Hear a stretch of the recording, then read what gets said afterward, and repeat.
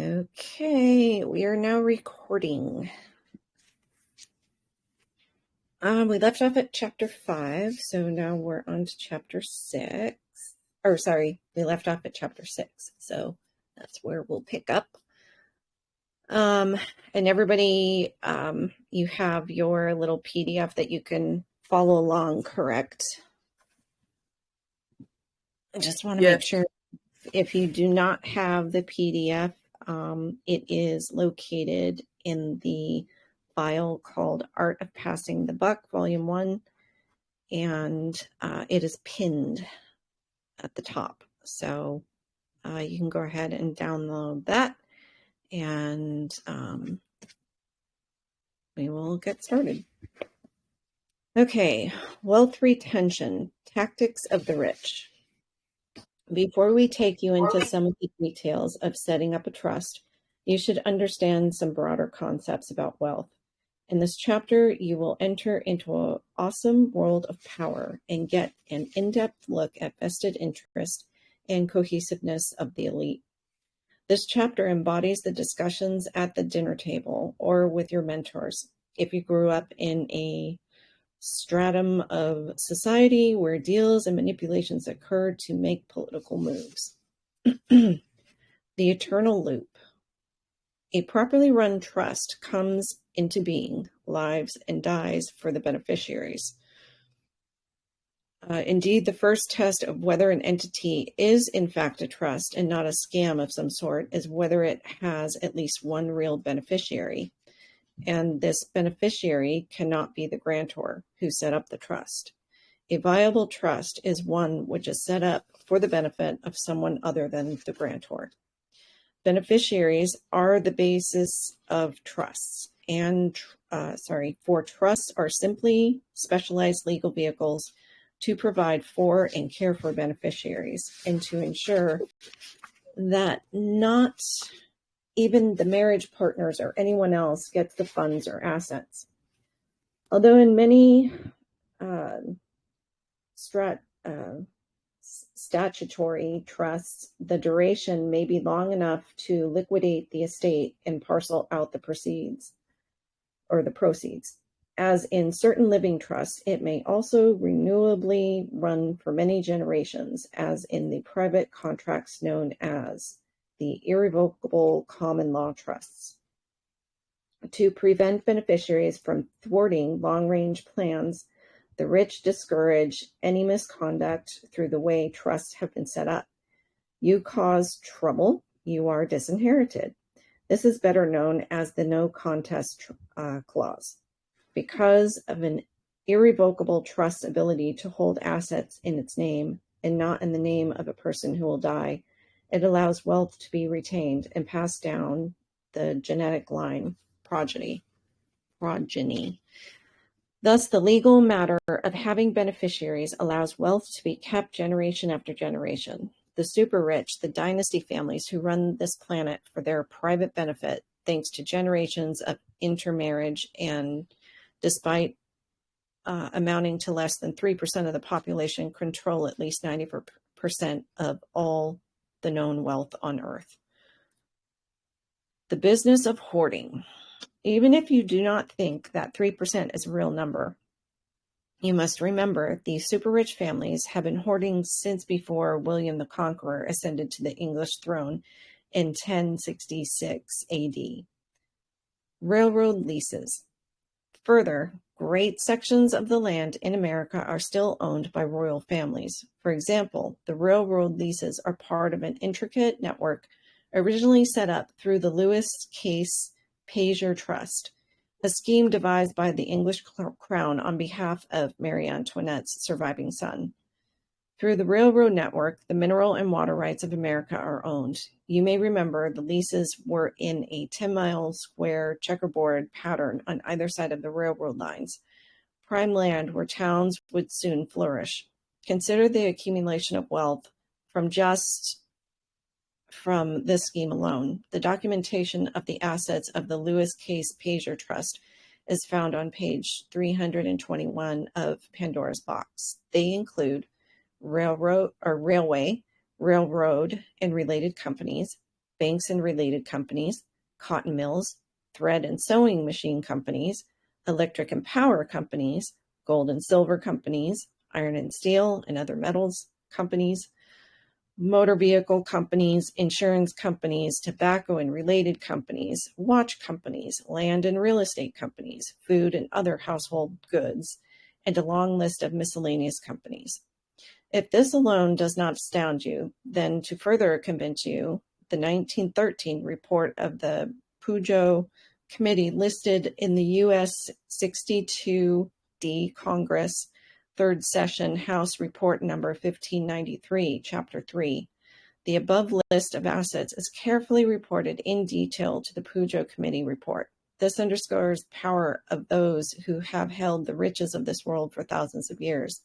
Multiply this effort by the number of dynasties over the past 1,000 years, and you will get the true picture of who owns that. Welfare, the double standard. An old adage holds that children who do not work for a living become spoiled, cannot handle money, and that money ruins many lives. True, people who suddenly inherit sums which far exceed their previous income may find their new fortune leads to misfortune. Yet those who live all their lives in riches do not have such problems. Consider, for example, this statement from a respected study of wealth, the rich and the super rich. In requiring reports of a beneficiary interest in trust funds and of holdings as a trustee, the law reveals a large portion of the Social Security system of the rich. It is an excellent system and provides much security for its beneficiaries.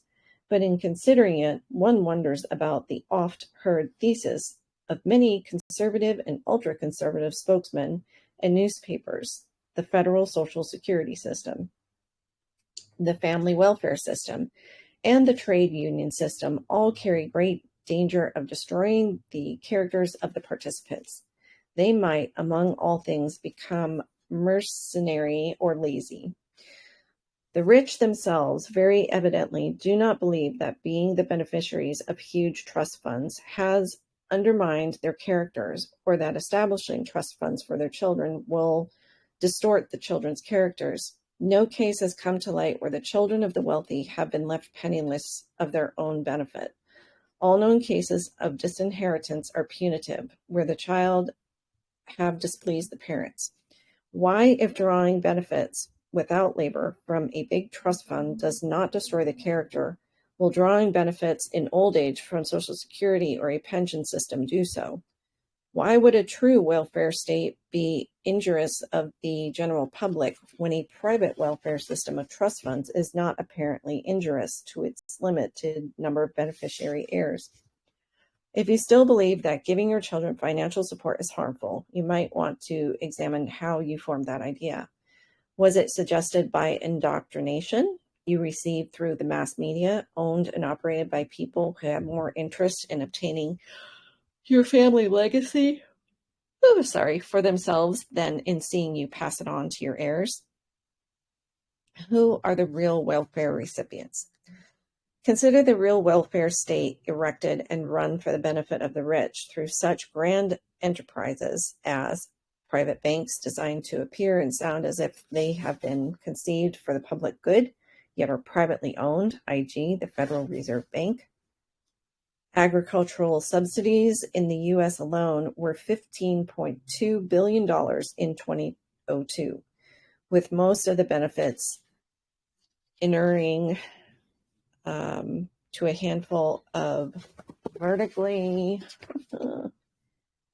integrated multinational agribusinesses. Well-fed contractors who manipulate events and governments to stay at the public trough, all aided by a network of public laws passed for private profit and paid with unending bribes, gifts, graft, and corruption. The Boeing bribery scandal and the billions paid time and again to the super connected Halliburton, Belchtel et al. Are but a few examples of how the ruling elite keep the money in their pocket. Trade policies, such as those embodied by NAFTA, and GATT, whereby long-standing tariffs have been removed to allow industry jobs to flee overseas. This provides record profits to owners through cheap foreign labor and reduce to nil regulatory overhead without charging less for products in the U.S. That is the real welfare state, an entire nation's resources and people bound over to serve a privileged few. This may be upsetting to some of you, but we are not here to coddle you in your carefully instilled, constantly reinforced delusions. Rather, we are here to wake you up and to show you what you have been taught to believe about how the system works is simply not true. It extracts as much as possible from you. Stop being the victim. Life in the Matrix. You might not think it, but this rather out there notion turns out to be directly applicable to what we are discussing. How? American business is the matrix. Instead of running on your basic life force, though it harvests the distilled essence in the form of our money and property, not to mention irreplaceable time, energy, and effort. The Federal Reserve and the IRS. The robber barons made their stupendous fortunes at the turn of the 20th century in a climate of practically zero regulation and no federal income tax. They then sought to protect their privileged positions by erecting impregnable defenses around them. The solutions adopted were simple, practically invisible despite operating in plain sight, and diabolically effective. The first, the Federal Reserve, created a private central bank which looks governmental but is not. That entity, through controlling the borrowed into existence money supply, the interest on which forms the vast majority of the national debt, can literally bring about boom and bust at will. The second, the IRS, is also a faux governmental entity and acts as the money collector, data collector, and enforcement arm for the owners of the privately owned Federal Reserve Bank. Worse, since these same people have de facto control of the government, they have long been using its full weight and power to systematically lie to the people and trick them into surrendering their rights and property. For example, there is the issue of the term non-resident alien. It means one who is a citizen of one of the several states and not a U.S. citizen, who is a taxable entity. This requires a lengthy legal discussion, but seems to be one of the main points of the IRC Title 861 argument, which is beyond the scope of this book. We do not advocate any tax battles. The information, though, is essential to make correct financial decisions.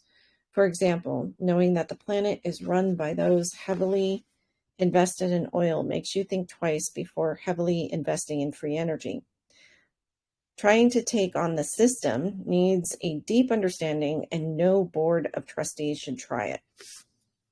This, though, constitutes merely the microcosm, the American business matrix, A and B. And remember, the money being issued, contrary to the Constitution, is backed by neither gold nor silver. Hence, it is called fiat money, decreed into existence. If the American economy collapses, other countries will not value the U.S. dollar, which is a Federal Reserve promissory note and has no backing. Of banks and suppliers, the same interests which, oh my gosh, sorry guys, keep yawning. The same interests which own the Federal Reserve Bank also own the banks, financial institutions, credit bureaus, telephone companies, and manufacturers, as well as service suppliers of every stripe, to name but some. All of them profit by convincing you to invest your hard-earned money and property into a business. Judging from the official small business failure rates of 85% the first year and 95% within 5 years, you would be better off going to Las Vegas and playing the slots, which payoff sometimes is as high as 90%. And guess what? The same interests are the real impetus behind quote, bankruptcy reform, unquote. laws which make it hard for Americans ensnared in carefully crafted debt traps to get out and start afresh. Remember, our fiat money discussion? That is what a business loan is. A ledger entry is made, a worthless check is issued, then off you go onto your statistically doomed business venture, generally with your house and other property as loan collateral, and your blood, toil, and sweat to enrich the bankers. Everywhere you turn for items and assistance you need to do business, the AMB awaits, not just as business entities, but as governmental ones too. Taxes, permits, license, inspectors, user fees, special tags, and more. If you succeed, the AMB makes money at every step, both before and during. If you fail, your business assets are seized and sold to some other sap. As the great con continues, your collateral is forfeited, and you may well wind up saddled with a lifetime of debt. What if there were a better way, though? A way in which the potential, not just for failure, but the consequences of that failure were minimized, while at the same time the likelihood of success was greatly increased. Because an entire family can put its assets together, either the private or statutory trust offers great financial leverage. The substantial backing thus engendered immediately acts to counter such major causes of business failure as undercapitalization, inadequate knowledge, poor accounting, and internal theft. To do this, though, means first dispelling the AMB promulgated myth of the interpreter or entrepreneur. The myth of making it in the world. The American propaganda machine constantly reinforces the belief that the entrepreneur is one of this country's most valuable assets. Further, we are told that America is the land of opportunity. Here we can succeed beyond our wildest expectations and dreams. The Wall Street Journal reports many such successes, as do several other high-class magazines such as Fortune and Inc. What if statistics and generational records prove otherwise? What if the entire concept of the entrepreneur fails in the face of reality? If the concept is faulty, then what will you do when you discover what does work? The premise that, contrary to what the public has long been told, inherited wealth owns the political structure, controls the money supply, and controls our lives, has been proven through extensive research. We again refer to the rich and the super rich. The author, Ferdinand Lundberg, demonstrates through numerous examples that rags to riches concept is false. Even if the first generation has great financial success, the resulting financial leverage when compared to inherited wealth is nil. Further, inherited wealth controls the success or failure of the rest of us by manipulating the money supply, the politicians, and the flow of money.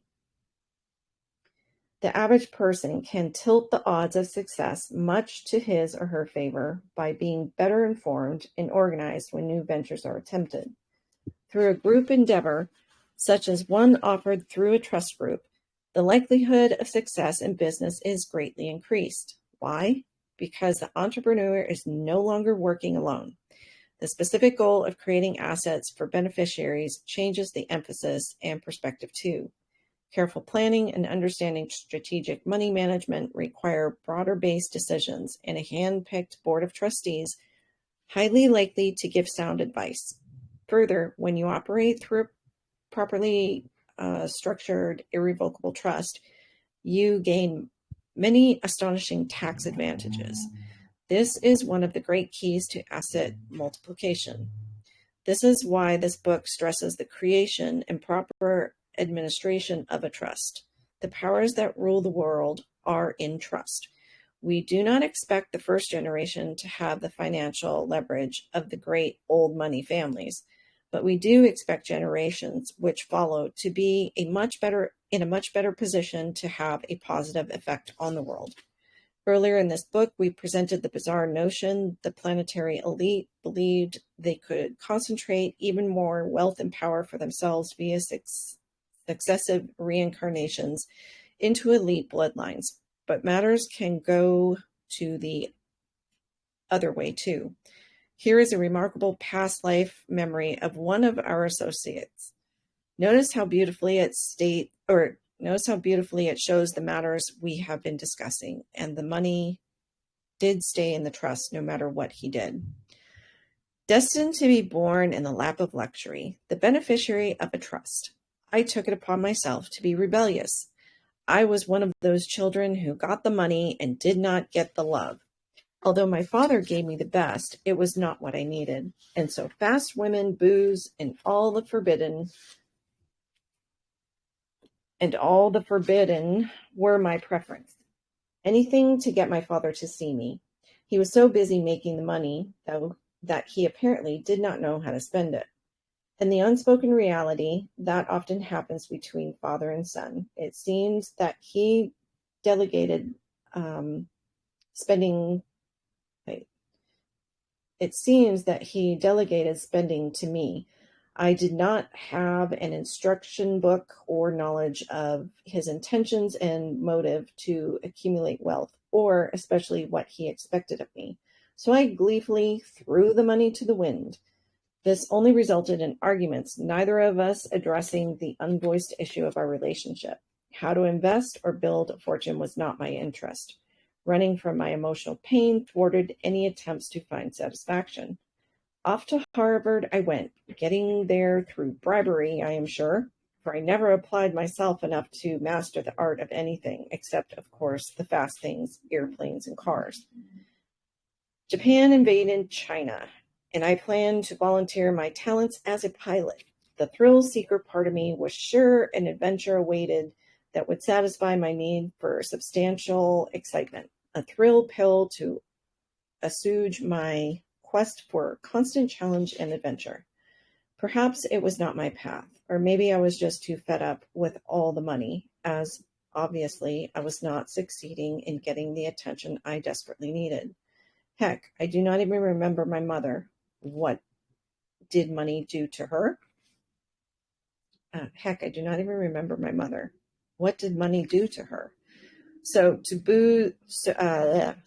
too much booze and the daring acceleration of my shiny red LaSalle convertible on a hot summer's night ended my life in China. I left all amazing opportunities behind to get it straight then. The war's excitement vanished before I even got to fly an airplane there.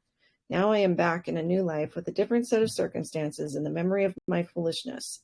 I studied the art of trust because I know now that I did not do it right the first time. Perhaps this time I can influence people to pay attention to their children, as well as give them vast financial opportunities so they will not do what I did.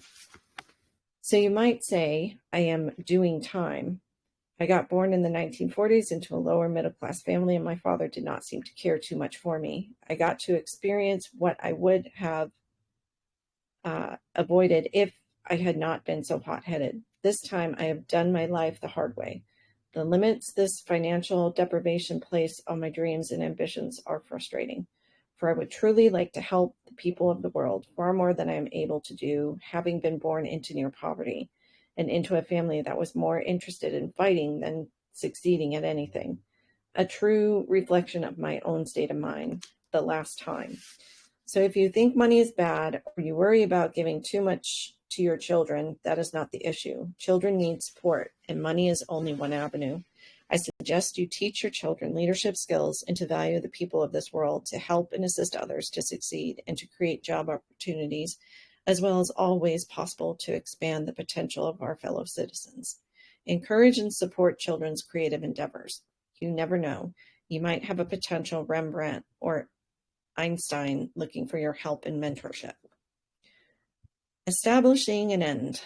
The rich who have ascended to positions of dominance are vested in the notion no one else should be allowed into their nest of power. To thwart those who would disturb or even usurp their cozy place, they ensured that ignorant remained so.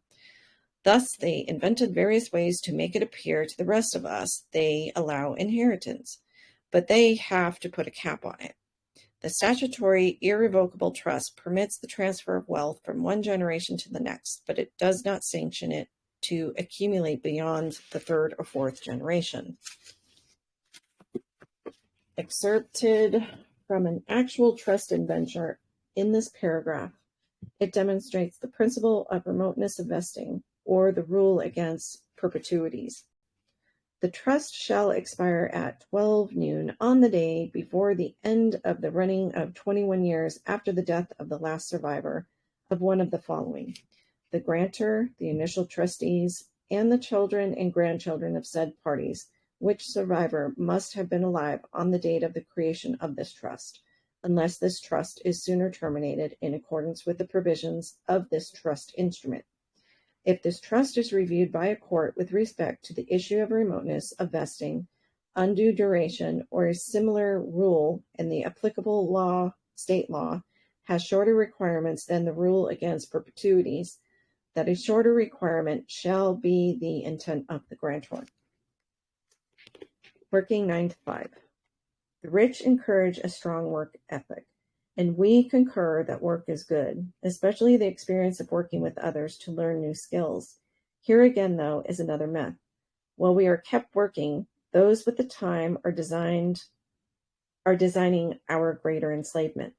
By keeping us in survival mode, we cannot realize our true potential. Besides, most middle-class grantors may unwittingly pass along to their children the attitude that being a contributing member of society necessarily includes working a 9-to-5 job or an equivalent. The concept of having no other condition for obtaining one's money than walking to the mailbox is foreign to most people. When the cash flow pours into the trust, the trustees must distribute it, and that means trips to the mailbox for all beneficiaries. We have nothing against working 9 to 5, but it should be purposeful and limited. To remain engaged in manifesting another's dreams does not help your life unfold. You turn your 9 to 5 into a meaningful experience where you can establish your own goals within the framework of another. We refer you to the book Rich Dad, Poor Dad. From this vantage point, you can even start young to build assets and acquire the financial skills which you will later pass on to the next generation. Power groups. Any group of people can misuse power. In a white paper written by Ted Nance, titled Gangs of America, he outlines the unholy ability of corporations to amass power. There can be any name, form, or scheme to take advantage of others. The problem lies in the lack of inherent appreciation and understanding that each person who lives is not only a miracle, but holds an unfathomable amount of unique knowledge. Nurture others, gain innate potential and power. People are an unlimited resource, so why diminish them, or, for that matter, even fear them? Powerful group influence can be used to benefit society, or sadly, to degrade it. This is why, when setting up a trust structure you hope will enhance the lives of many people, yet unborn, you must also take care to build into it provisions for strong ethics and morals. You might even set up guidelines for the trustees and certain tests for the successors within the trust to ensure as much as possible that only those with good intentions will wield the power the assets will provide. Wolverine. Yeah. Hi. Sorry. I'll take over. Oh, you're gonna read? Yeah. So hang on for a second. We're gonna see if anybody has any questions about what we just read. Okay. Because I don't want to bombard people like last time with information overload. So I want and you know what? I had every intention of sending you a message to tell you, maybe we should discuss it in between. Because last time when I got off, I was like, wait. I know. It was a lot. Yeah, Okay. Private Nobody had said the same. He's like, maybe we should break it up into chapters and then have a little Q&A. Yeah. Because after those whole 5, I was like, I had to go back and like look and see, okay, what the heck did we read in the first chapter? Right. Yeah. But okay, so the things that I highlighted in this reading was that it looks as if that the beneficiary cannot be the grantor. I mean, they can, but it's not a respectable trust. It's that trust is purely a selfish trust. So there always has to be another beneficiary in mind so that you're working towards a more historical generational goal than just for yourself, which is what I think he means by a viable trust is one which is set up for the benefit of someone other than the grantor. And I thought it was poignant, the whole, they want everybody working these 9-to-5 jobs to keep you preoccupied, living paycheck to paycheck, so you can't figure out these rules to the game.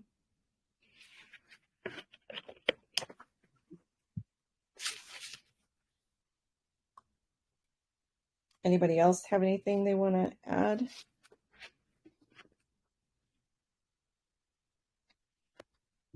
I don't. Something that was said, I think it was, oh yeah, it was this one where he was talking about the of banks and suppliers under that topic, where they said that everywhere you turn for items and assistance, you need to do business. The A&B awaits, not just as business entities, but as governmental ones too. Taxes, permits, license, inspectors, user fees. And I remember this video of this guy. It was like in the 80s. It was a really old video. But he was talking about how there never were like all of these, construction licenses, and you need a license to do this, you need a license to do that. And we have learned through, public school teaching and our parents being indoctrinated that you just have to get these. But when we realize that a license is something you need to do that would otherwise be illegal if you didn't have it, that puts like a whole new spin and a whole new perspective on why they do this. They're literally trying to siphon every last bit of our money into their pockets. And everybody knows that the Federal Reserve is not federal, right? You know what, too? I read somewhere that piggybacking off what you said about how they're siphoning all our dollars. So basically, we do all that work and then they tax us, and we have to pay taxes like every day. With your different transactions. Tax, yeah. Getting your license is a tax. Yeah, there's just like tax after tax after tax, which is and then basically it's like you think you're bringing home money, but at the end of the year you're still paying taxes, or the beginning of the year, whatever. And so basically they're getting 100% of our hard-earned FRNs. Yep. Mm-hmm. And I love those videos of parents videotaping their children's first check from, working at like a, I don't know, pizza place or something like that. And they get their first check and they're like, and they're looking and they're like, who the hell's FICA? And everyone's like, wait, what? I just worked my ass off for 40 hours, or actually at that point, because you usually don't get paid until you've worked 2 weeks. And it's always like an eye-opening experience. Yet the parents sit there and say, that's just the way it's got to be. And it's not. Like they have no right doing income tax. And income taxes was something that happened recently, like in the 1940s, I want to say. Because I was even looking at I was watching an old movie, and they were talking about how the Congress was voting on whether or not they would do income tax. And the teacher was saying, "Oh, that will never happen. Congress won't allow that to happen." And I was like, "Oh my God!" I actually made a TikTok video about it. I'll upload it here, but it was really crazy. And then I also need to find that video of that guy in the 80s talking about how it's unheard of, like how we never had all of these license fees before. That it was something that really came relatively, it was something that was instituted relatively within our time. But yeah, and they just keep adding more and more and more licenses and fees and all these kind of fun stuff. So anybody else have anything they want to talk about out of that chapter? I guess I had maybe two questions. One was if anyone else has kind of researched the Federal Reserve they mentioned in there, and the background on that. Well, like how it came about and everything. Yeah, I guess if what I read or I hear in there, I guess I can say I can back up by research. It seems to be the case about it being a private bank. Oh yeah, it's definitely, it has nothing to do with the federal government. They are international bankers that came together. And some say the Titanic was sunk because there were two bankers that were against them doing the Federal Reserve. And that's why the Titanic was taken out, is because these two bankers were on the Titanic that were against doing this. So, and then there's what is it called? They did something on Jekyll Island. They had some kind of meeting or something like that. The Creature from Jekyll Island. Yeah, I read that, and it puts a whole new perspective on it, an entirely different perspective.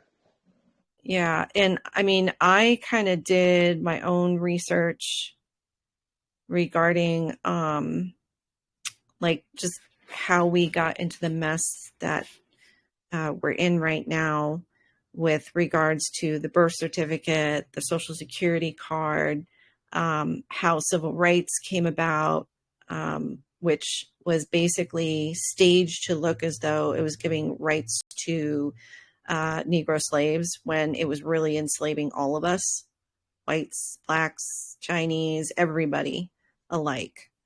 That's the removing end result, I think, of the 14th Amendment anyway.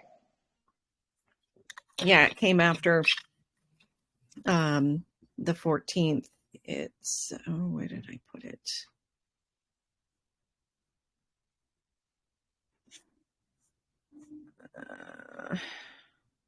Says the 13th and 14th Amendments set the stage for civil rights. The Civil Rights Act first passed in 1875, but was then struck down the same year on the grounds that the Constitution did not extend to private businesses. And then it wasn't until 1964 that the Civil Rights Act actually went through, using Brown versus Board, equalized the status, and threw race out the window. It ended the Jim Crow laws upheld by the Supreme Court. in the Plessy versus Ferguson case in 1896. And then the Civil Rights Act was eventually expanded by Congress to strengthen enforcement of these fundamental civil rights. And everyone always says, you're going against my civil rights. Well, civil rights are things that man, privileges that man gave you. And you gave up your God-given rights, which man cannot take away from you, for these measly, piddly civil rights, which are privileges that can be taken from you at any point. And that was the truth. You that basically they had volunteered for it by yeah. accepting that position. So, and then there was the birth certificates in 1902. 1919, they were state registered, 1902 enacted the Bureau of Census. Then 1919 was the state registries. Then 1930 was the Uniform Birth Certificate Act, or the birth certificate thing. And then they brought in the Social Security card in 1935. And let's see, the first lump sum payment was made in 1937. Same year taxes were imposed. Then you've got the IRS coming in around 1913. That came under the 16th Amendment, which allowed the Fed to levy taxes on corporations and individuals. Same time as the Fed.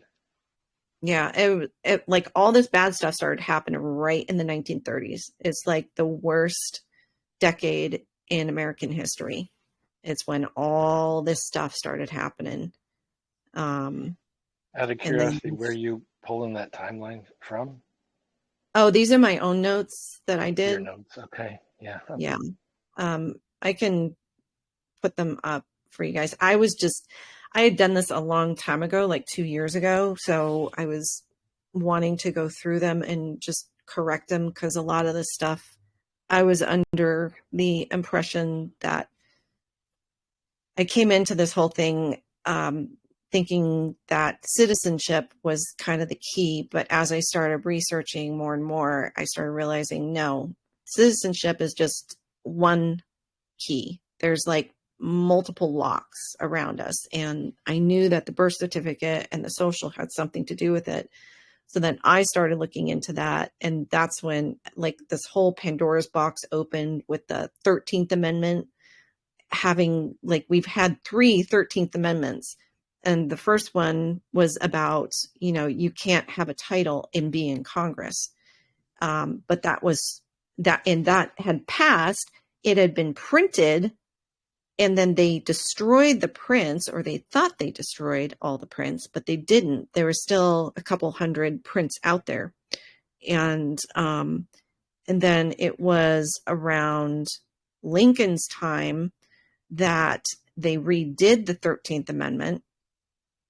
And it's that I do this whole timeline of what went on and all this kind of stuff. But Lincoln then redid a whole thing where that was the first bill that he had signed, that any president had signed into action. But at the Civil War and his death caused that bill to be thrown out. And that bill that amendment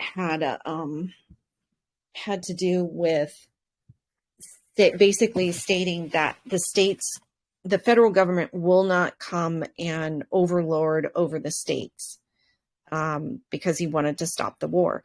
And the powers that be did not like that, because the federal government who was in control of the federal government? It was the crown, basically. And so they killed Lincoln and threw in the 13th Amendment that we have now, that everyone thinks is the 13th Amendment. But both Lincoln's amendment and the one that Congress fast-tracked through, both are illegal, because the 13th Amendment had already been passed, enacted, printed, and out there for distribution.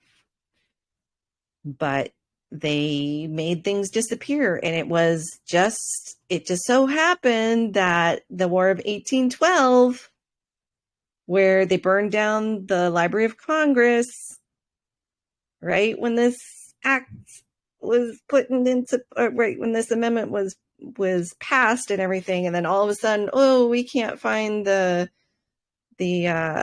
paper trail to say that this actually passed or not. It was such bullcrap. Like, this is when I really started seeing how evil our country was, and the whole thing with the international bankers and nobility. They Yeah, there's a purposely definite wanted, plan put in yeah, it place, was isn't a there? definite plan. And all these wars, the bankers backed both sides. They backed the North and the South. They backed, well, they had their own money supply, but France was backing us. But France had a debt with the crown. And so it got to the point where US was like, okay, the crown was like, okay, let's just call a truce. Nobody won. It was a stalemate. It was just, they were exhausting all their funds, but then we had to pay France back, and then England called in France's debt, and they said, we'll forgive your debt if you give us the US debt that the US owes you. And so we went right back into slavery. I mean, it was crazy. It's that problem reaction solution. They create the problem, they create the war, they create, get everybody up in arms that we need to go to war, to basically decimate, because not only are you going into debt because of the war, you are destroying everything that you've built. And now you have to rebuild. So now you've got the money that you loaned for the war. Now you also need money to get loaned for the rebuilding. I mean, it's such a nasty little trap. Debt is like the Bible says, debt is true slavery. It's a crazy deal. And then I guess the other question I had was, I think it was non-resident alien. Has anyone done any research there? Because I think the point they brought up about non-resident alien in my research does seem to agree with what they just said. Yeah,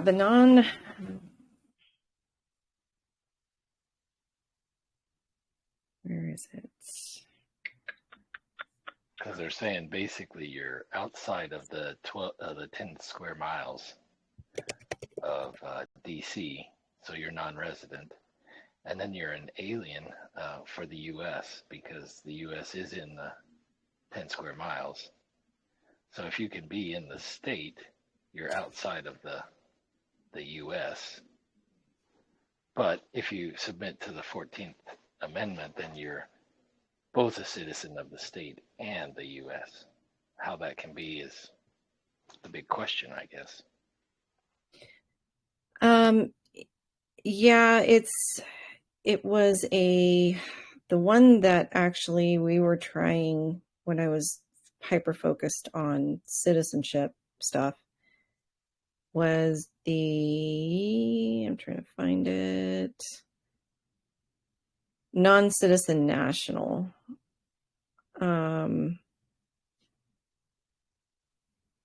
Certificate of non-citizen nationality. That's what we were looking for. But it turned out they got rid of those certificates a while back ago. And I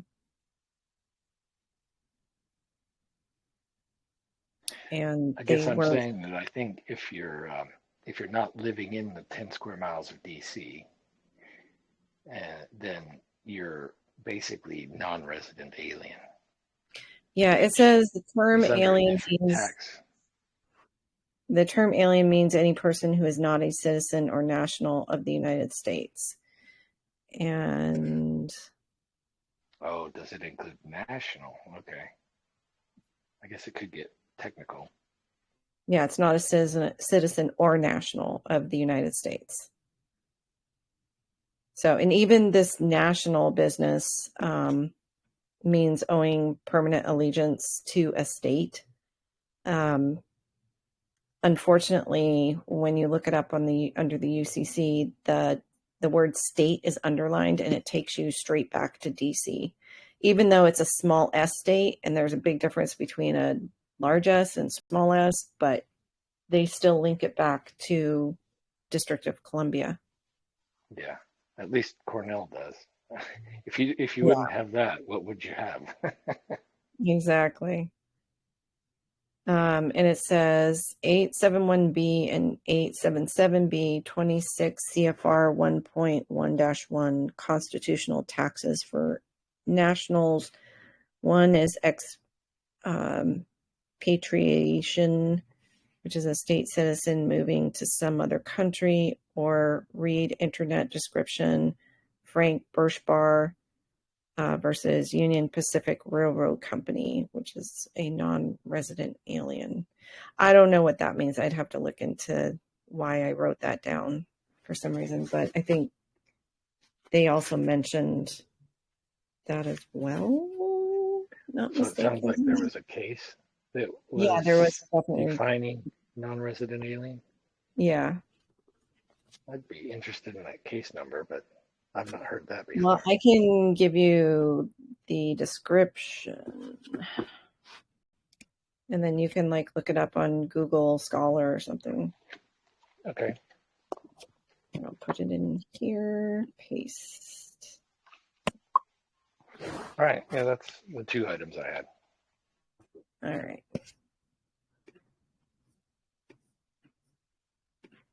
All right. Jax, you got anything? L? If not, L, you can go ahead and read the next chapter.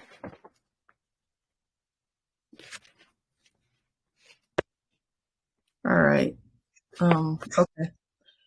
So, chapter 7, the application of... Oh, 6. Huh? It's chapter 6, isn't it? Is it? Oh, No, sorry. No, you're right. You're right. My bad. Sorry. You're good. You're fine. Let me see. Because okay, I'm not getting feedback now. Yes, I am. Let's see. To me, I'm going to be. Oh, okay. Because I'm on my computer, so I don't know if that makes a difference. Okay, so chapter 7, the application of wills and trusts.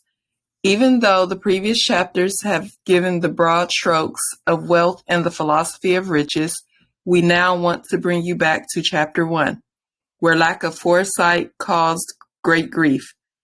It is a cautionary tale concerning a common situation that results in the careless dissipation of wealth. One we deliberately place prominently up front to shatter your complacency and seize your attention. Now that you have seen the long-range results of how a trust can work for the good of a group, you can see the true cost of failing to plan properly for your family. It is too late to do anything once you are gone. Now that you have a vision of possibilities, it is time to lay in your dreams, but what to do and what not to do. That should have been a question, sorry, not a period. Okay, will deficiencies. The typical solution to pass along your wealth has long been a will. Some financial reports advise that annually, as much as 53% of Americans die intestate without a will. You want to say something? Or No, I said intestate is what it says. Oh, okay. Intestate. Wonderful. Thank you. Leaving their estates and thus their descendants to the not so tender mercies of the probate court. This is where blood is only sometimes more important than marriage, where the state and federal tax authorities get to take big bites, where creditors get their money, where fees get paid for court-appointed executors, and the like. Asset payout comes only after a great deal of time and according to a state-mandated prioritized list of recipients. Sadly, Even having a will does not solve the problem. All it takes to contest even the most carefully drafted will is one aggrieved person or another party, such as a charity named in the will, to dispute anything from a minor clause to whether or not you were even sane when you wrote it. Wow. This challenge puts your estate into probate court, where the wrangling can continue for years, sometimes to the limits of humans and legal bill-paying endurance. The living trust is not exempt from this flaw. Although it can get around probate, it is treated the same as a will if contested. Meanwhile, your estate's assets remain frozen, also true if you die intestate, leaving your descendants with nothing until matters are finally resolved. It was precisely to address this and other problems that trusts were created. When properly constructed and administered, they provide you with maximum say over to whom your estate goes and how, while maximizing privacy, protecting the estate, and minimizing the tax bite. Some forms of trust are more effective in providing these benefits than others, but all offer major advantages over the usual will. If you did not read all of Chapter 2, this is probably a good time to go back and read Divided Title and the U.S. Constitution, along with the legal definitions given concerning trust in general. Okay. What more do I need to know about a trust? In its simplest form, a trust is a legal entity created when you, known as the grantor, transfer ownership of personal property to a trustee or trustees for the benefit and support of a named party or parties, the beneficiary or beneficiaries, according to the terms set forth by you in the legally binding trust indenture. There are two basic types of trusts, revocable and irrevocable, with many variations on each. As explained in Chapter 2, in a revocable trust, you become the trustee and the main beneficiary. You can change the provisions in the indenture until you die, but whatever the final version becomes, unless there is some gross legal defect, it is cast in concrete upon your death. It cannot be changed thereafter. Thus, a revocable trust becomes irrevocable. There is a big tax catch here, too. If ownership of your estate does not change until you die, then while alive, you bear the burden for all the requisite taxes. In other words, personal control equals personal tax liability. Cast in stone. In an irrevocable trust, though, as soon as you sign and witness the carefully thought out trust indenture, for good or ill not only are you committed, but likewise your trustee or trustees and the beneficiary or beneficiaries. Once the trust is funded, there is no turning back. And from this point on, while you have the use of some or many of the assets, you will not own them and cannot be taxed for them either. Why? They no longer belong to you. They not only belong to the trust, but are insured, maintained, and, if necessary, guarded by funds generated from the trust. While alive, you can enjoy some of the benefits of ownership with none of the hassles. While saving big on taxes and safe in the knowledge of your estate will never be tied up in probate court. Why? Court has no jurisdiction over an irrevocable trust if it is properly drawn. Since the assets do not belong to you, when you die, you have no assets to pass on. The assets are part of the trust, and the trustees continue to administer them whether or not you are alive. Probate is about death, and an irrevocable trust lives much longer than you. In other words, personal control equals personal tax liability. Figure 2 in Chapter 2 depicts a generalized irrevocable trust structure. It shows the key players together with just a few of the many potential income streams available to it. The permitted income streams in your trust, though, will be a function of what you specify in your trust indenture. Breaking it down, your trust begins with you, the grantor. For this example, we assume the initial corpus, literally the body of the trust, consists of $250,000 plus your $250,000 whole life policy and, say, another $100,000 in mutual funds. Depending upon the trust type, the corpus, which forms the assets of your trust, can come into being during your lifetime or throughout a will or through a will that automatically comes into being when you die. This is a testamentary trust.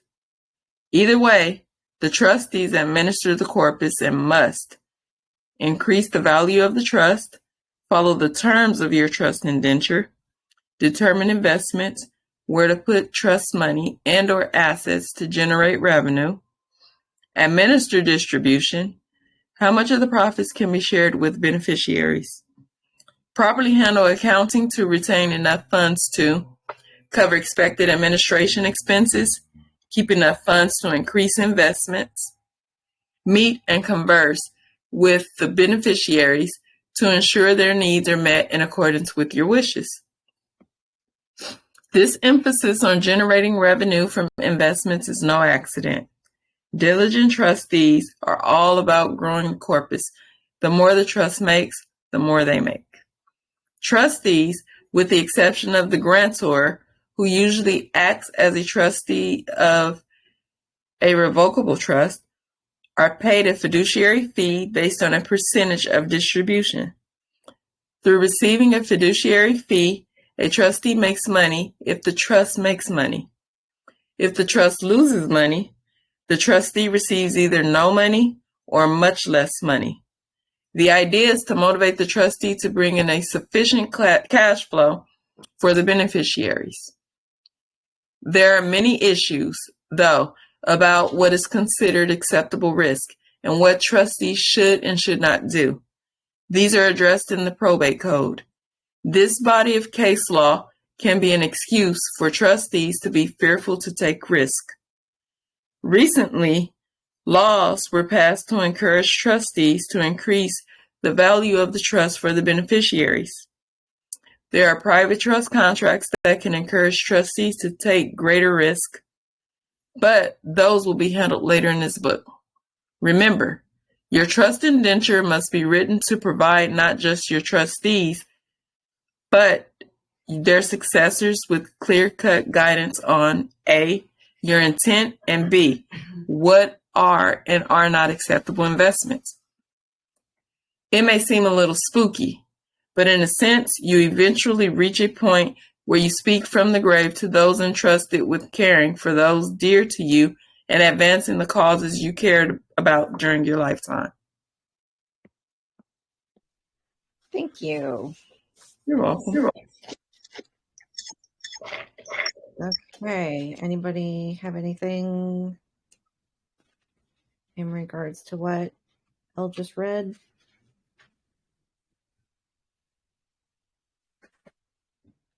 It seems to me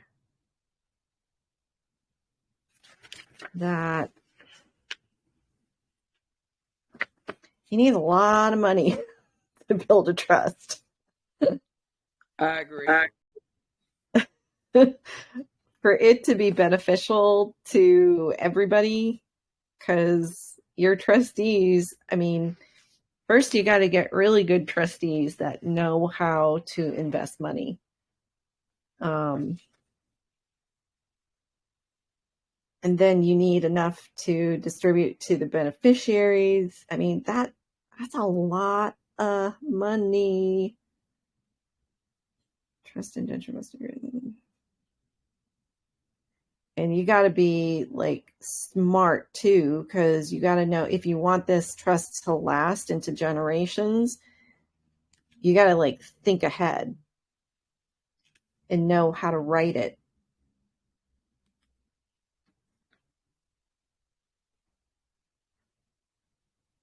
Yeah, I caught that when I was reading that. I was like, wow. Yeah. I mean, there are trusts where, you know, you can put your birth certificate and your car and your assets and stuff like that. But I mean, really, if you had a home, that would be a good thing to put into a trust. But I don't know. It just, I kept thinking when I first started this, I was thinking, oh, wait a second. If I could just build a trust, then I can get, you know, I was the heathen that they talk about in the book and we'll talk more about in the book, you know, just thinking to protect my own assets. And I'm like, wait, no, I need to think ahead. I need to think ahead to other people and who I want to benefit from this if I'm ever able to get enough money to put a trust together. There's something I was going to say. What was it?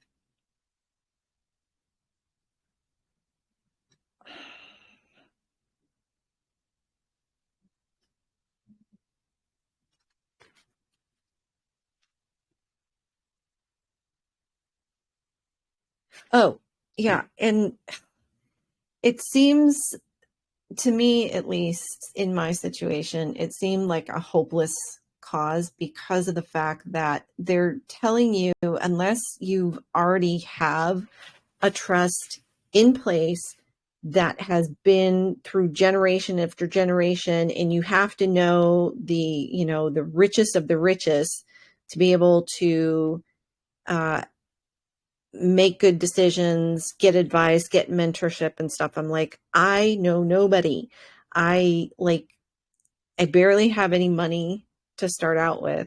And it just seemed like such a hopeless cause. You really need to start this when you're young. And even when you're young, it's like you have to have, your family has to be at least somewhat wealthy to pull their resources together to make the trust last long and through generation after generation after generation. But we are at such a disadvantage because there are so many people in place in, like they've said, with building up your own private laws to make you richer. And I know that's something that Pastor has said, that you can create your own private laws. But the problem is you usually need to buy off your congressman, and you have to have enough money to buy them off to push your bill, your private bill. So I don't know. It seems so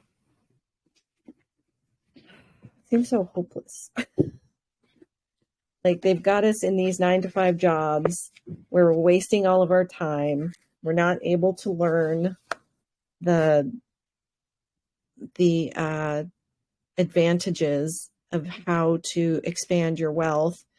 And they're like, okay, well, you know, all small businesses pretty much fail. You're better going to freaking Vegas. I was like, oh my God, this is so depressing. Like, how am I really ever going is. to get around this? The way they presented it, yeah. And even if you put things in there that, like you said, that you have cars or houses, I mean, it those things don't generate money. I mean, Yeah, they those don't. don't. How there has to be something additional. I'm not sure I'm getting it exactly. Yeah. I mean, I never got to the end of the book, so I'm hoping there's some kind of like happy ending here that I just haven't read through yet. Maybe Oh, we and get a look at this. reprieve Look at the halfway next through. chapter. Trust, not for everyone.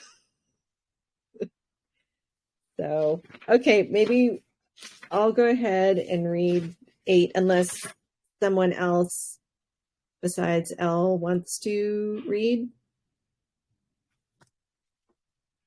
Okay, and then Elle, maybe you can read 9 if you want. If you want. All right.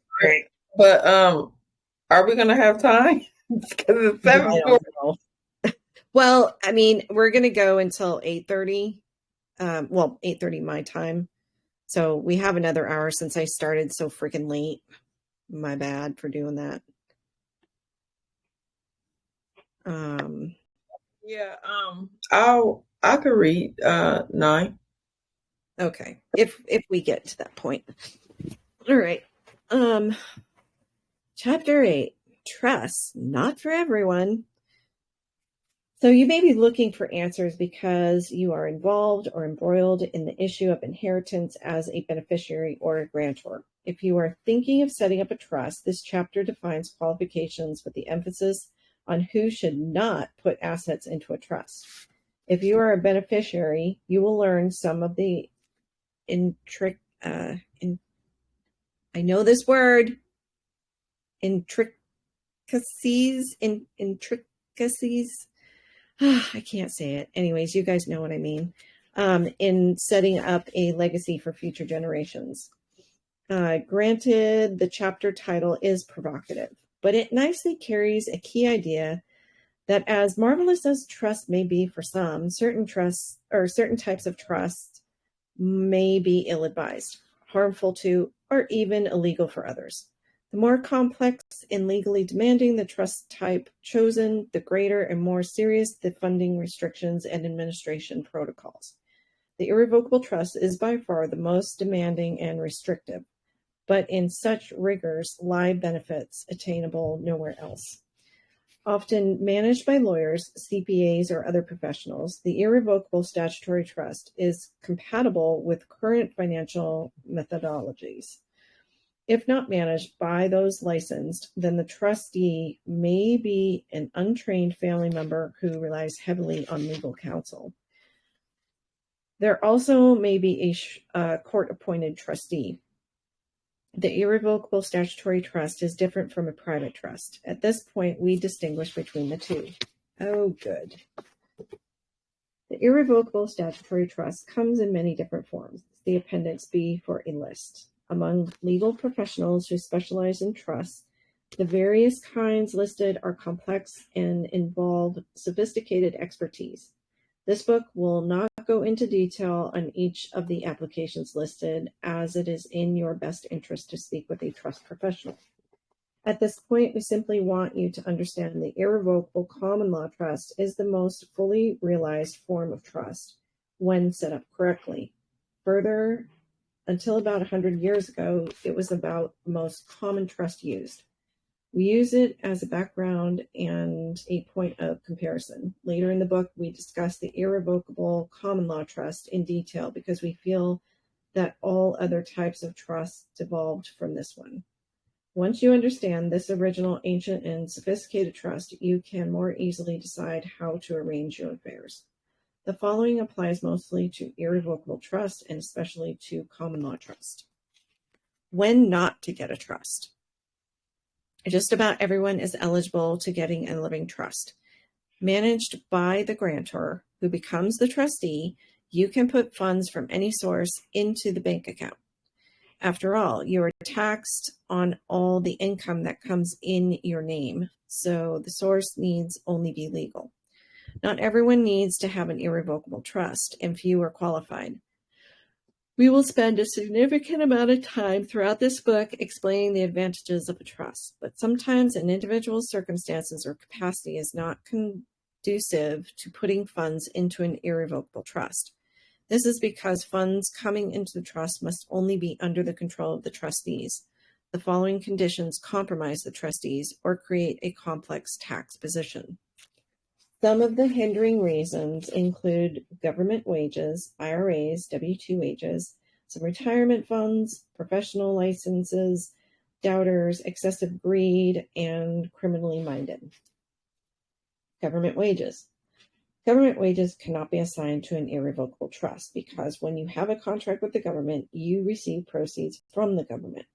The government must write the check only to you as an individual. Some researchers believe this is because the federal government is itself a trust, and the people are the beneficiaries. If this is the case, then only the named beneficiary may receive the funds distributed.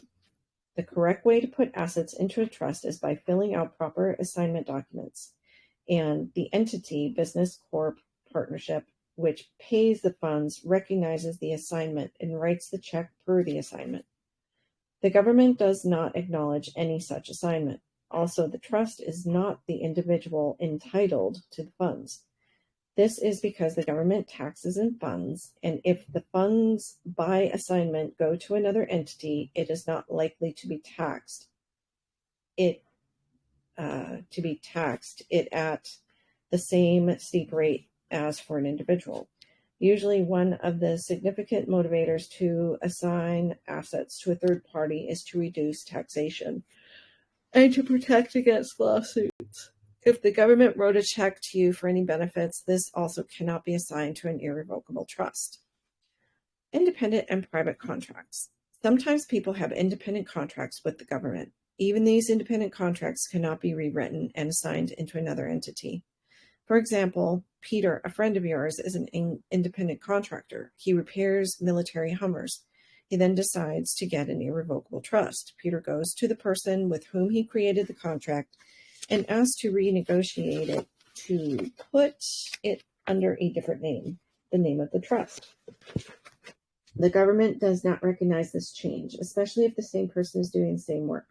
The government might acknowledge the change if the contract were to be rewritten to a company and Peter was not part of the company. Oddly enough, the same rules apply to a contract with a corporation. The IRS challenges a change of a contract from an individual to a family trust. Retirement programs. IRA programs defer the taxes until funds are paid out. Such IRAs cannot be transferred into a trust, but the beneficiary can be changed to a trust. Both IRA plans, though, deduct taxes before the funds go into the retirement program. Therefore, these funds can be transferred to a trust.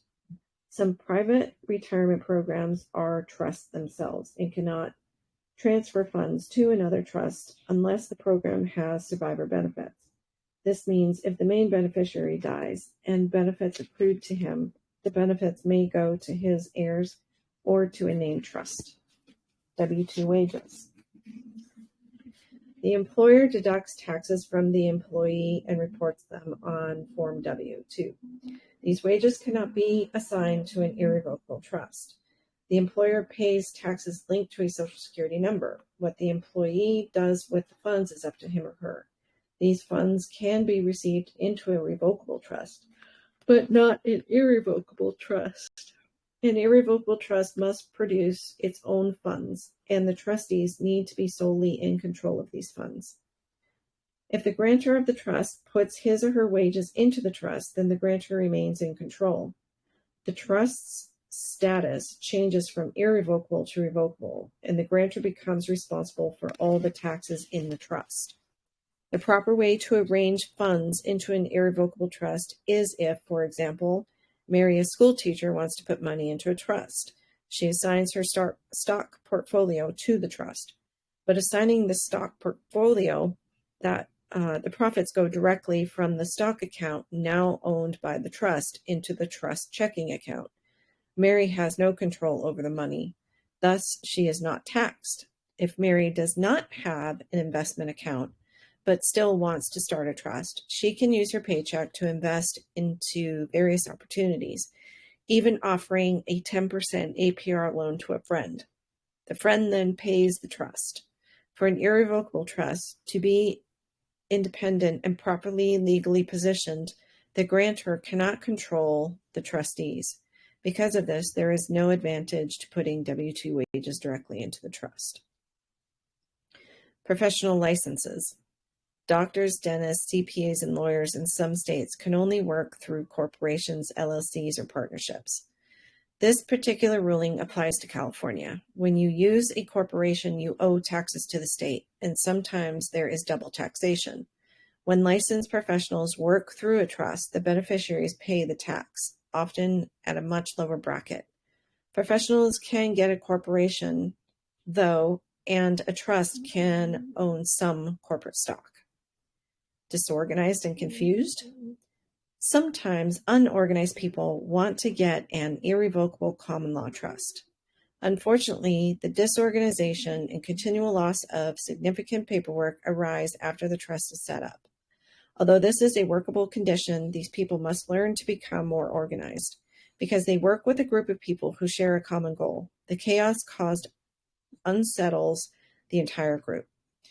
If you are not paper-orientated and not in a position to devote time to understanding the legal realities of this more sophisticated trust, then it may not be for you.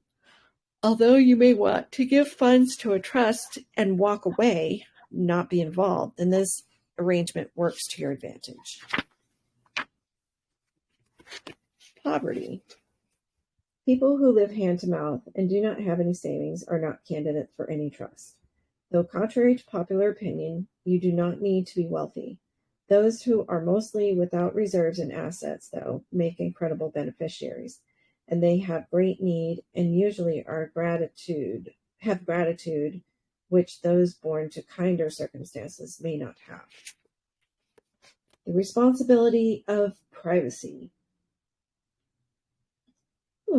Privacy is a core feature of many trusts, and demanding privacy and asserting your rights are learned behaviors. These simply do not come naturally to most people. Only through mentoring can people learn to say no to a terrifying, skilled interrogator. You will find more on this chapter to come. If the most incredulous meeting with officialdom makes you break out in a sweat, you are so spineless that you let people use you as a doormat, how are you ever going to stand your ground to keep your trust safe? You need to keep your composure and guard your tongue if confronted with professionally trained government intimidators, aka agents. After all, they fully expect you to offer no resistance whatsoever. Their requests are to be obeyed. Therefore, you should tamely accept whatever documents they may wish to serve you, as well as invite them in and show them whatever they may wish to see. The answer is obvious. You cannot. Therefore, if your natural instinct when confronted is to cower, roll over, and bare your throat, then even a revocable living trust may not be for you. You must get beyond your own fears and think of the future of your beneficiaries. If you are not willing to do that, then do not get a trust. Some wonder why it is important to resist unwarranted searches and inquiries. People think that if there is nothing to hide, there is no reason to keep your private affairs.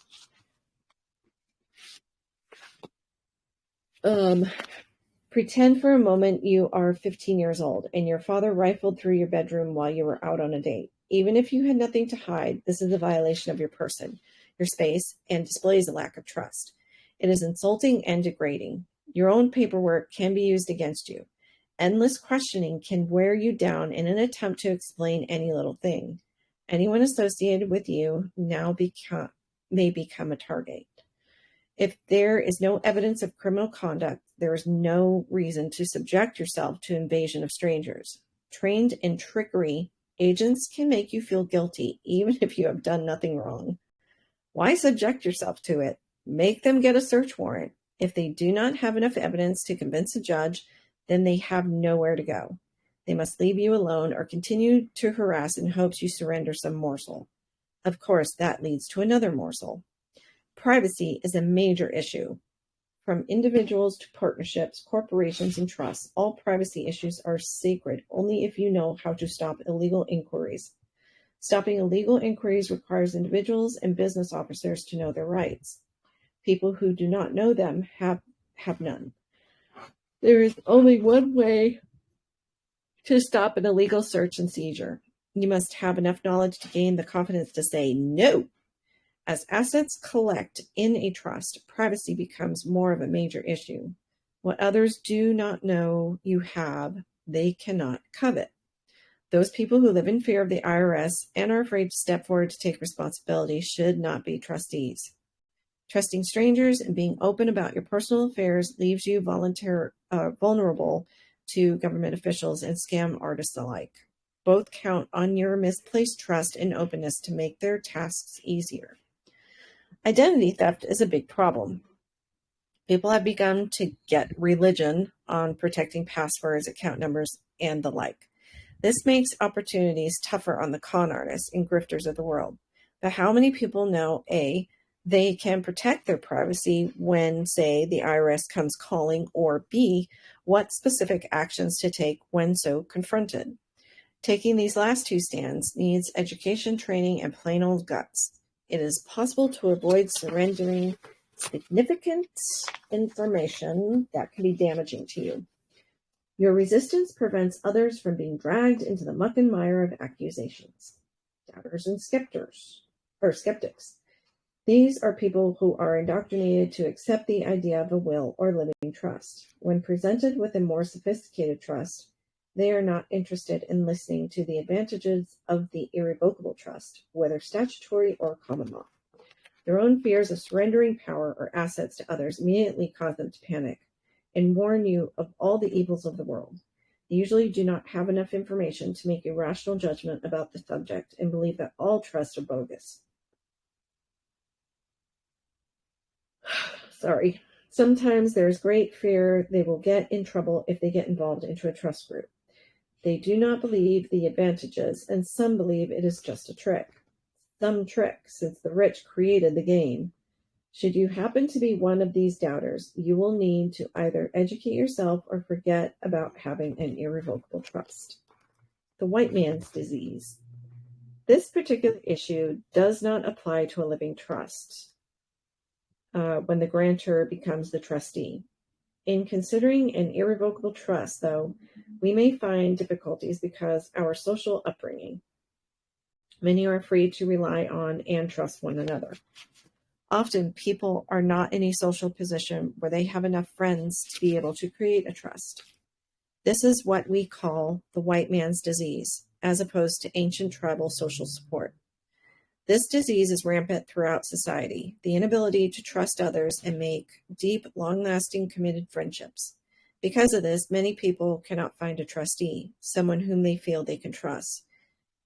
After all, it takes much trust to place hard-earned assets into the hands of others. Without at least one trustee who can be trusted, there is no way a grantor can move personal and family funds into an irrevocable trust. There is often no intent to share holdings with family or anyone else. What makes an irrevocable trust work, though, is pass-through accounting. This allows the trust profits to pass through to the beneficiaries who are generally in a lower tax bracket than the trust. Pass-through accounting creates further options, which we discuss later in this book and in Volume 2. Greedy people intent on not giving any of their wealth to others miss the bigger picture, that by sharing, they can multiply their funds, as a trust is designed to do. Do you suffer from this pernicious disease, or are you blessed with close, deeply respected friends and willing to share your wealth with them? Well, I thought I was until COVID came, and I lost all my family and friends. Bogus trust scams. Con artists feed on the fear of trusting. Of all the trusts that exist, the one used most by scam artists is the irrevocable common law trust. Many people caught in trust scams are honest people who do not want their assets to go to their beneficiaries. Scam trust artists have continuously existed for at least 100 years and prey on the ignorant. They sell their version of an irrevocable common law trust by telling people that they can be the executor and the trustee and thus avoid taxes. The details of this game will be explored in far greater detail in Volume 2. In fact, one of our many motivations for writing about this subject is to ensure that most people will not fall for this old trick. People who want only to hide their assets and avoid taxes never think about their beneficiaries. When presented with false information about the possibilities of an irrevocable common law trust, they think they can put assets, for example, in the Cayman Islands under the name of the trust and thus avoid taxes. This is not the proper use of a trust, and the authorities are well aware of this game. This is why bogus trust scams have become rampant. The sales pitch is, you can put your funds through a trust and still control them. You will be the only signer on the checks. You don't get taxed on the trust income, and the trustees will be arm's length. They will not interfere. This sounds too good to be true, and it does not make sense. Often in this game, the ideas of protecting assets and avoiding probate are tantalizing, and even honest people get trapped in this con game.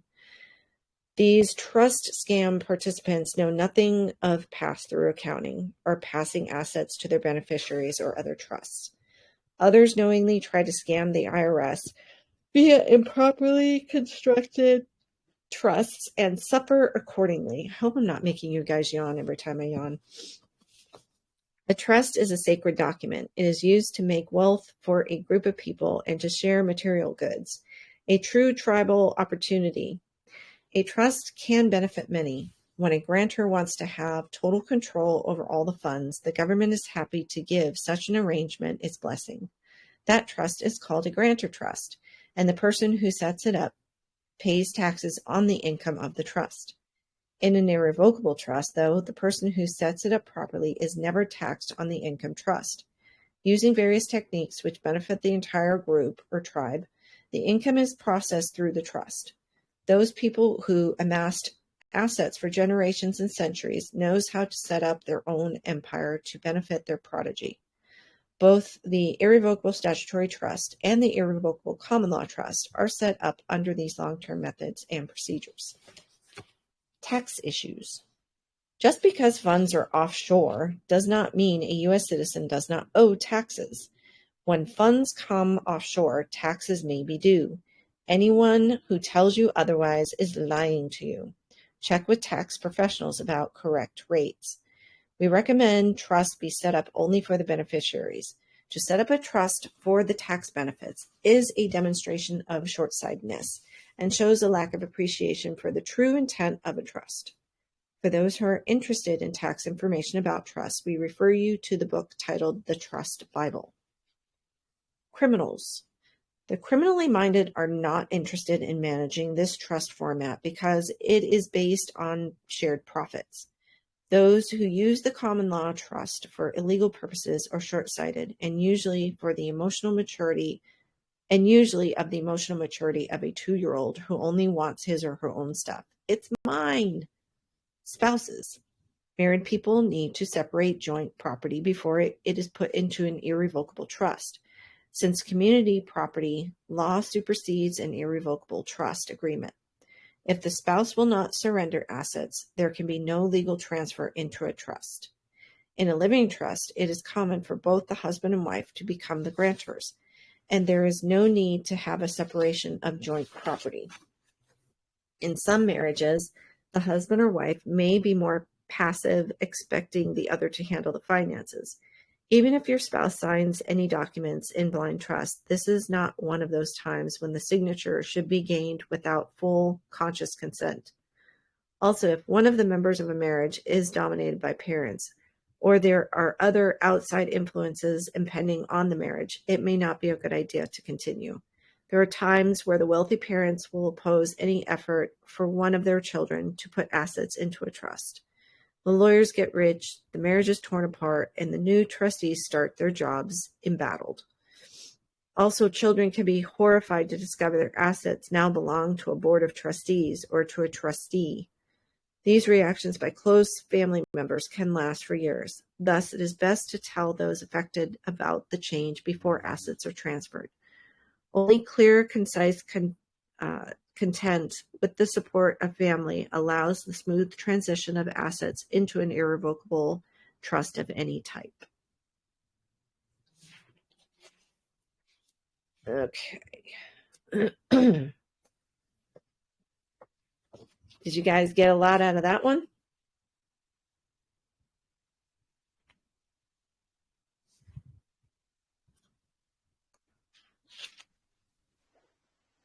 I don't know about how much, but they're making it tough to want to do it, aren't they?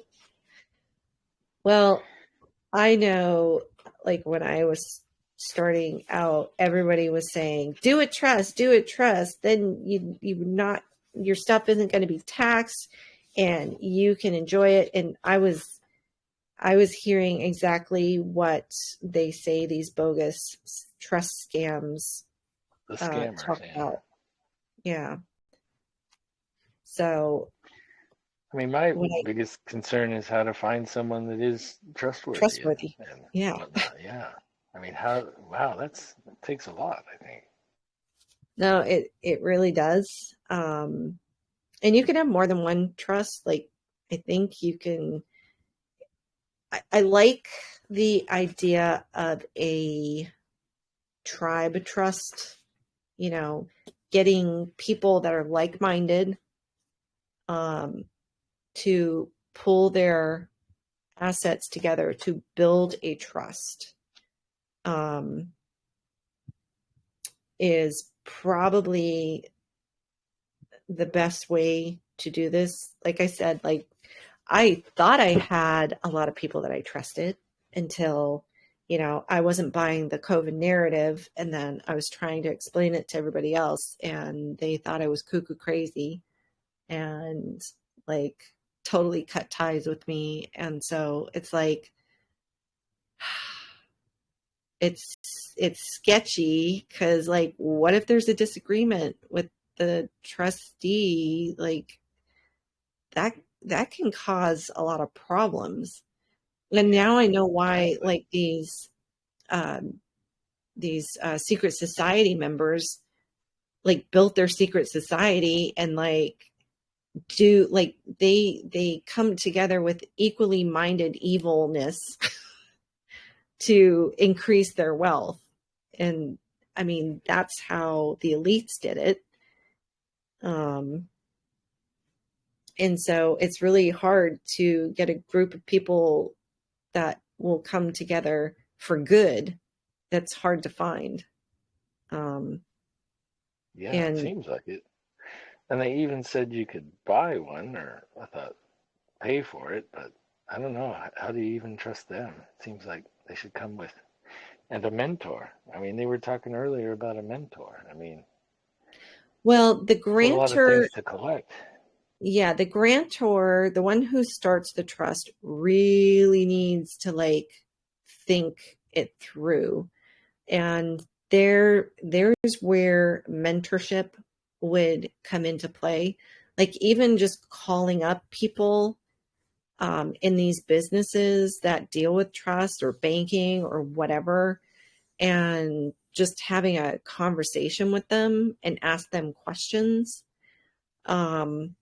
That can be conducive to getting advice or / mentorship. I mean, it's not necessarily going to be a mentorship in the sense that they're going to be with you throughout the whole way, helping you out, but you can get, pieces of information from everyone by just calling up and asking questions. And then, I mean, it seems wiser to pay someone to be the trustee where they have a plethora of lawyers and CPAs and, all these other important essential people on their payroll to So help you're out. saying like at one of these banks or something, right? No, it's not a bank per se.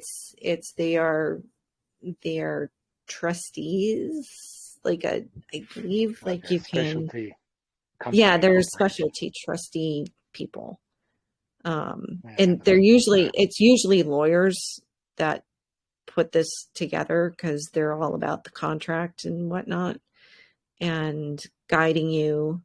And I think it's more like it usually is set up under like a law firm that deals strictly with trusts. And so they can kind of give you, they can take things over and build upon it. However, you as the grantor really need to know your stuff before going into the trustees. Like you can't go in there blindly and just say, take it over, because then you might be scammed. But in those situations, you got to have a lot of money too, to um, to purchase their resources. Yeah. Yeah. I mean, if it's not very big, it probably could be bled dry just by the fees. So, Yes, exactly. and then of Exactly. course, legal folks, lawyers, those are Yeah, some of they my charge a most gazillion trusted folks. dollars. It makes me, Yeah. So, I mean, the good thing would be to have somebody who went to school but is not a part of the bar, that knows everything, that can give yeah, financial advice on a personal level. But it's got to be through word of mouth. Their reputation has to precede them as being honest. Um, I don't know, if I had a well, or kid, you I'd make know him them go to law school. personally.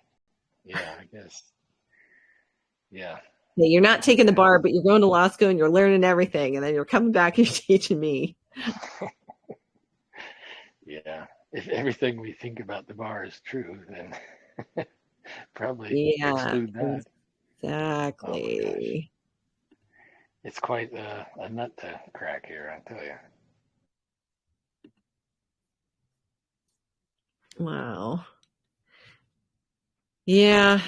So it's and I don't think we're going to get through to read chapter 9, but um this chapter is definitely, like, you can still do a trust, um and I would say get one family member and one, like, and you don't even really have to trust them per se all that much, but then you get like a friend who is very knowledgeable about trusts, or you hire another trustee, um, so that way, if anything happens between the family, you've got somebody, because they always say to get, somebody within the family, and then somebody that is not connected to the family, because with family comes emotions, comes, like, family disputes, family dysfunction, all that kind of stuff. So it's always smart to have at least two trustees, one connected to you and one not connected to you. So one can be at least an outsider thinking rationally about certain things. And as long as the grantor specifies exactly to the T their wishes, and literally thinks ahead at the problems that could arise. And this is where calling up, like, a lawyer and, like, picking his brain, like a trust lawyer, and picking his brain, would be a good thing. Then you could kind of build your trust upon that. And then you don't need someone, with CPAs and all this kind of stuff. Because if you don't have the money to put in for CPAs and bank attorneys and stuff like that, you need like thousands and thousands of dollars, like probably $1 million at least, to grow the trust. Then it's better to just do like a common law type thing where you're keeping it more protected for the family, or for a what do you call it? Like a organization, like a nonprofit organization or something like that. Um, Yeah, to me, I can almost see it. It seems to make sense to have beneficiaries like within the family. That seems to make the most sense to me. But the other thing is, it seems like it would make the most sense maybe to start with a revocable one, because I can't help but think you're going to mess up the first one or two tries at it, you know? yeah, and you can, I mean, I would definitely start with revocable until you learn the ropes and learn the strategies of trust and what things you could possibly run into. And then once you get a good handle on it, then you can make it irrevocable. But I wouldn't just jump into an irrevocable trust. No, that seems just way too difficult and fraught with troubles. But the revocable, at least, yeah, you could potentially do that wrong a couple times and still get away with it. Your mistakes don't cost so much, maybe. Exactly.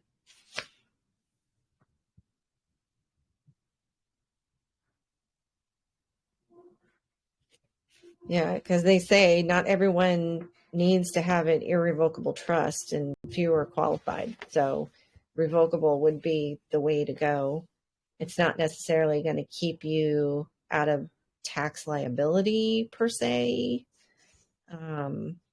unless, of course, you're putting all these assets into the trust for somebody else's benefit. Then the government can't come after you. But if you want any kind of benefit from it, you're going to be taxed on it.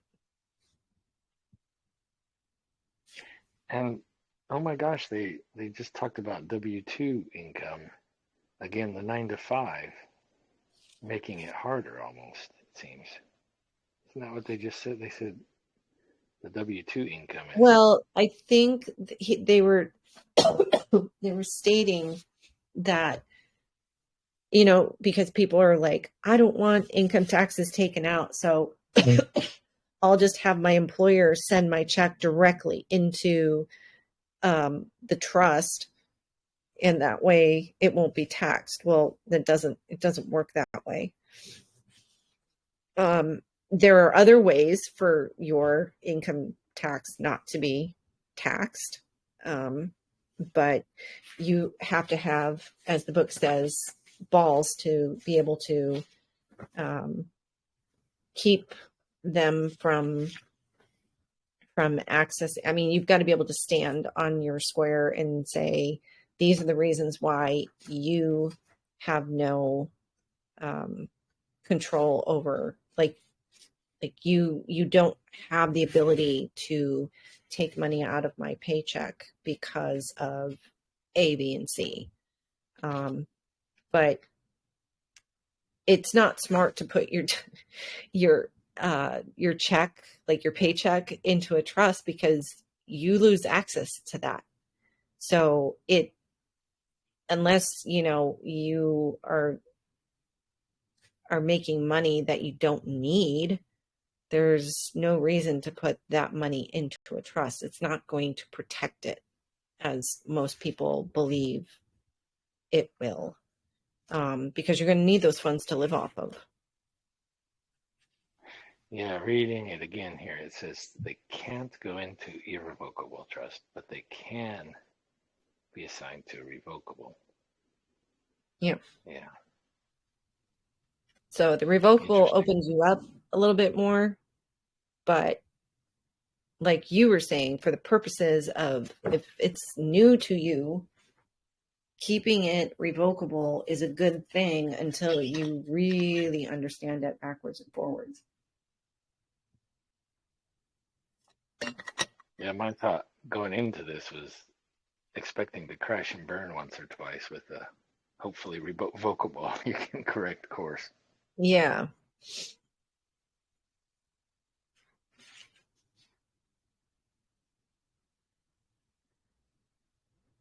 I don't know. I mean, I hear a lot of people talk about trusts, and I don't personally know too many that have set one up. Have you talked with folks that have? I mean, they've got you setting up an EIN and like drafting a document together, but I think JD on Pastor's channel has a trust, I believe. Yeah, he talked about it, and I wasn't sure what form he was talking about. At one point, I thought he was talking about in court, maybe could be 2 or 3 different versions of trust, but he never specified.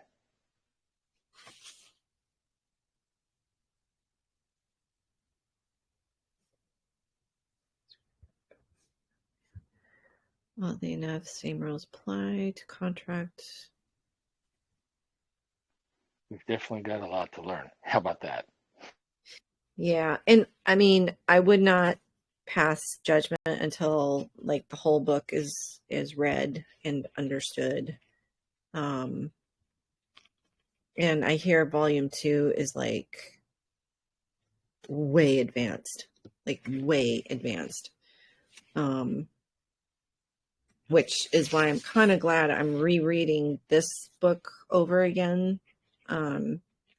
Because the first time I read this was really maybe like a year ago or something like that. And I've learned so much more. So now some of the stuff that I didn't understand before is now starting to make a little bit more sense.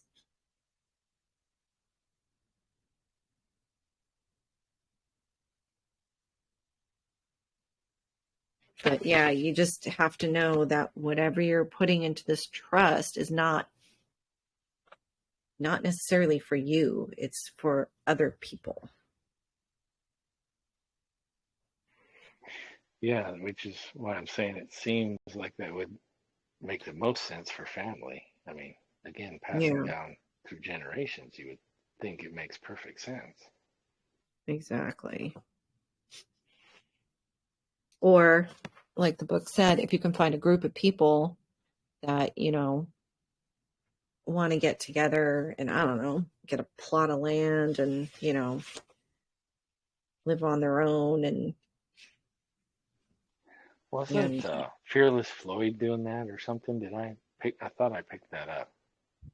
maybe Okay, I don't know. It sounded easier something said like than that. done.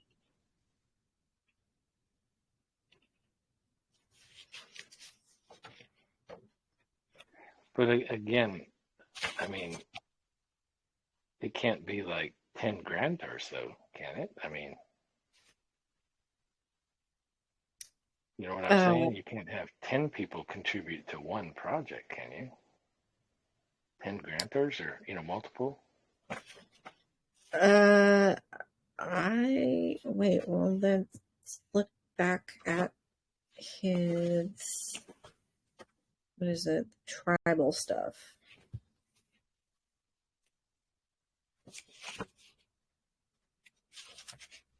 I mean, Okay. I seem to hear words that talk about the creator as if it's just a single person, single entity.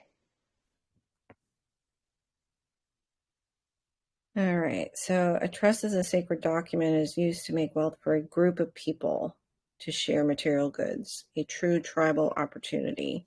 So I think a trust can benefit many. So yeah, I think Right, it there's needs to be one many grantor. beneficiaries. When a Yeah. grantor wants to have total control over the funds, the government is happy to give such an arrangement. Its blessing that trust is called a grantor trust, and the person who sets it up pays taxes. But an irrevocable trust, though the person who sets it up properly is never taxed on the trust income using various techniques which benefit the entire group. The income is processed through the trust. These people who amassed assets for generations.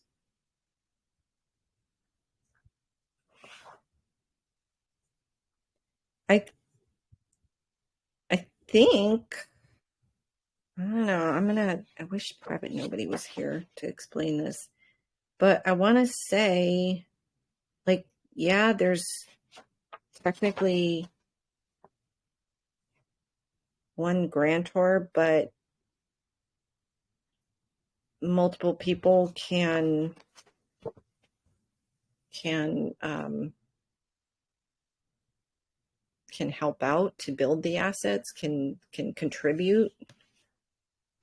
Unless a partnership is the grantor, and then all the people are in the Oh, partnership, right.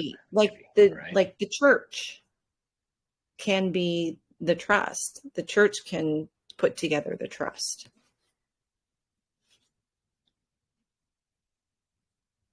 So an entity like the corporation. Yeah, but a partnership is almost always multiple. entities or people. Yeah, So because, you could create a like, partnership, and that partnership could become the grantor of the trust, maybe. right.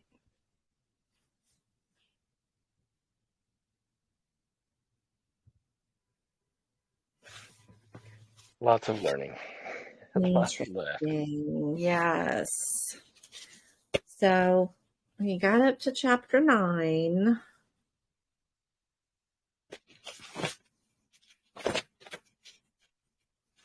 Let's see.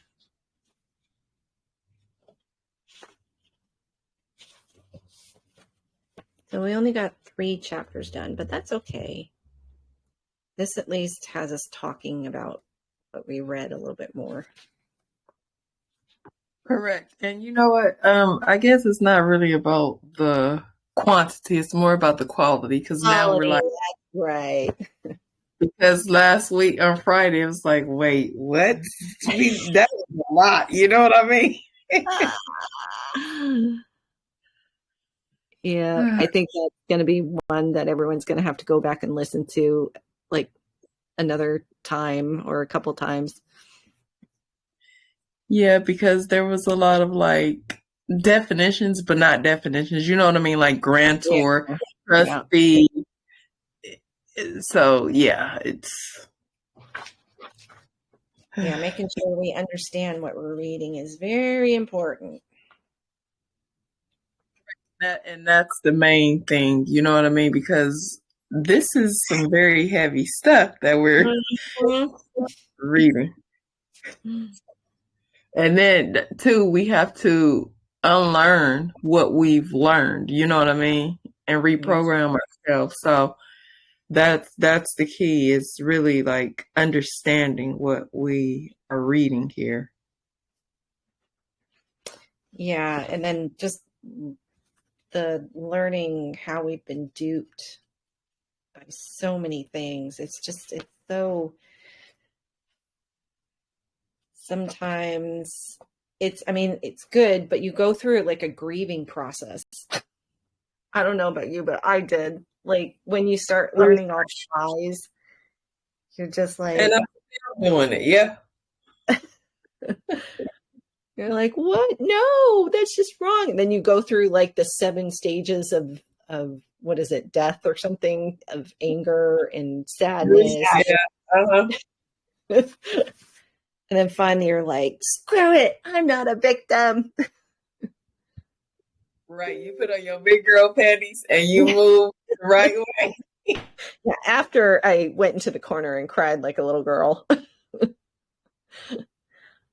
But yeah, it's some people's minds, The Matrix, the movie, is like so poignant because like some people's minds can't comprehend like their whole thought process, their whole world will come crumbling down if they understand the truth. And so they continue to perpetuate the lies and shut down anyone speaking something other than what they've been taught. And then they call you crazy and they lash out and all this kind of stuff. And it's because it's like self-preservation.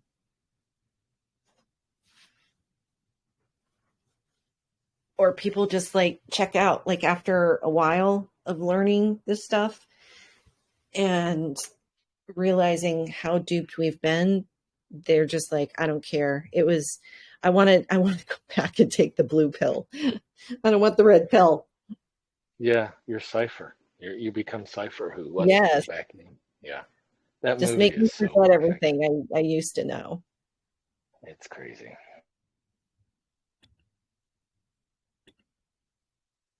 So, all right. Well, good call. Thank you guys for hanging on. That was my bad. You're good. I was just making sure that I wasn't tripping because I decided to log in on my computer today instead of the phone. I was like, wait a minute, this is different. Yep, no, you were right. So let me turn this off. Stop recording.